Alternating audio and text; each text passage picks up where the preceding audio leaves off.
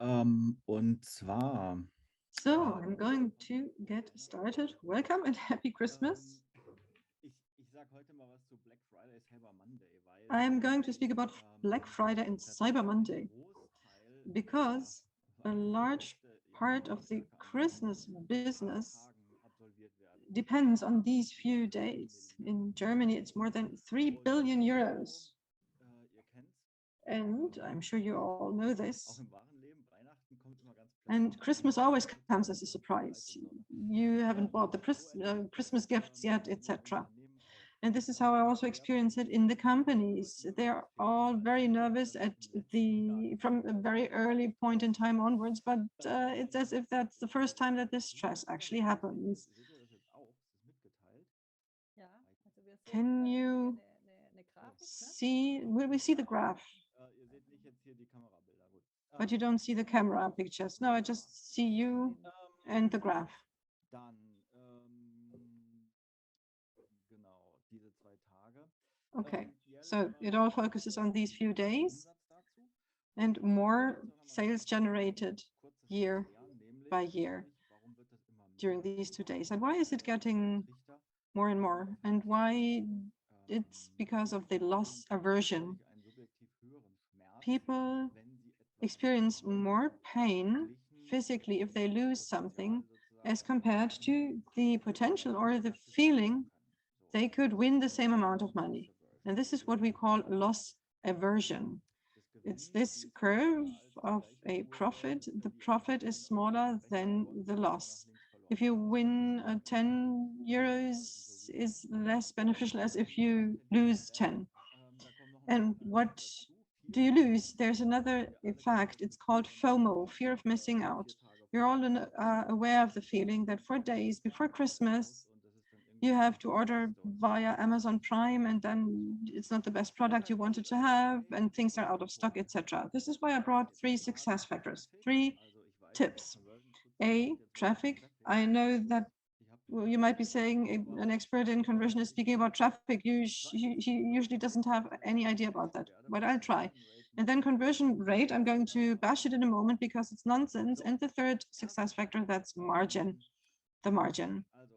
The first factor is traffic. I'm not going to tell you how SEO and SEI works. I don't have a clue about that. I wrote many things down when, as you were speaking, so that I can optimize my own presence. But the timeline is very important.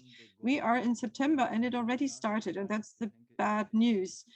People are already searching for Christmas presents. This has started a while ago already, and there are so many people waiting for the masses to happen to pass by. I don't know what they are waiting for.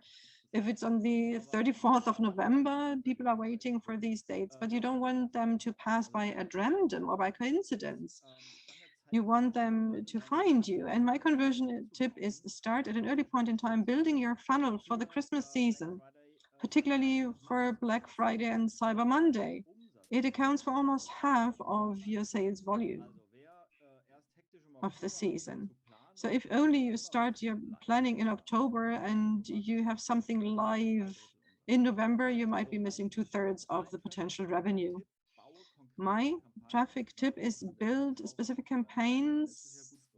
What worked well in out of your assortment last year, you don't have to reinvent the wheel, and build your campaigns at an early point in time around these products. And on Black Friday, there will only be 1,000 coffee machines. So make sure that this deal is safe already. You can do that via all the different channels and find out what works well. Why is this effective? A, you use the loss aversion, you make use of that. At an early point in time, you can have the people order so that they don't miss out. And you can also address those who don't specifically buy, but who just migrate and walk around. And you use the emotional effect of consistency and commitment. If I committed at an early point in time that I was interested in this super coffee machine deal, my commitment will not change in a certain period of time. And there's a typo here. Don't forget the marketing opt-in so that you are allowed to talk to the people. The second factor is the following. Well, I hope hopefully many more people find your website because you started being active earlier. And secondly, I'm speaking about traffic again. And I experience that very often, how much energy is invested in the most creative advertising means, the teasers on the homepage, the all top of funnel, all the rumba samba, and then people click on the email and then they come to your regular product site. And this is lacking a lovely hand, so to speak. And I agree with what David is saying, tax and tools. It seems as if you were pushing an ugly pallet into an ugly hall and ask the people, please help yourselves. This is ineffective. You have to sell the stuff. You can't just raise the attention and then disappoint the people. We tested that back and forth with A/B tests. The Americans call that maintain the scent. That's what they call it, with some hearts and balloons and then only hot air. In the end, you have to make sure that it's a consistent and coherent experience. Maintain the scent, the creative, the visual, be consistent in it. Whoever comes through an email will receive the email visual also on the product page. I mean, why am I explaining this to you? And the same goes for the checkout. This is the checkout. This is the tech part. No, you have to tell me here at the checkout why what I saw at the beginning was important. I will certainly have forgotten about it already. So be consistent in the creatives, in all your campaigns. Sorry for the flames. So it's really important to repeat it, and it's things that you've done already, but be consistent in your actions. Then there's a third success factor. So I didn't have enough time to finalize that actually. I hope it looks good. People speaking about conversion rates, and those who launch the campaigns and design them, I don't know if they've understood what e-commerce is. The contribution margin, this is a certain calculation. So the contribution margin 1, 2, 3, and 4 don't exist in English. It's called differently, cost of goods sold, etc. In German, it's DB 1, 2, 3, and 4, but it means contribution margin. It's not all the products to have the same contribution margin, and what you sell in your campaign might be nice because it has a good conversion rate it offers, but you also want to make some money with it. So the products have been discounted already and people can't make money with that. So what can happen?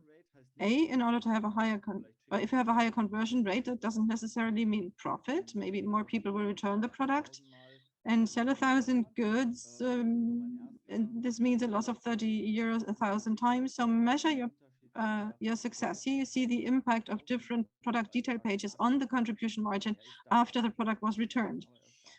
The impact is there. Sometimes it's difficult to measure, but it exists. And you should do the same in your campaigns. Take the example of IKEA. Nobody went to IKEA to buy batteries or light bulbs or sockets or a new salad bowl. But what is it you actually buy at the end? All that crap. That has the highest margin for IKEA. And it's not the bookshelf Billy. And this is sold at the very end of the people passing through the hallways. I don't do the aisles because of the margin, which is very high. So people have to go through that area. That's important. And in the shop, what is analogous to that? Add to cart layers, everything that happens at the checkout phase, complete the look, 17%. This brings you to more products sold, even 17%. And e-commerce, if you sell something only once, you don't make any money. You want the people to register for follow-up purchases. So this means that really take this into account. You will want the customer to register as a customer, to establish an account. You don't have to allow for people to order as a guest. According to GDPR, everybody's afraid of losing conversion, etc. This guest account, you can make it be a smaller icon, for instance. Maybe it's not the most important factor, and you are entitled to ask for accounts. Customer experience and beautiful customer experience means that everybody likes the things, but there's a trade-off between people liking everything and you making money. In any event, put the guest account everywhere else, and this would raise the number of regular accounts by 40%. And that would be a very good measure. So try this out and test it. That's everything on my part. If you want to know more, here, this is the platform. It's all free of charge. This is why I feel free to advertise for it.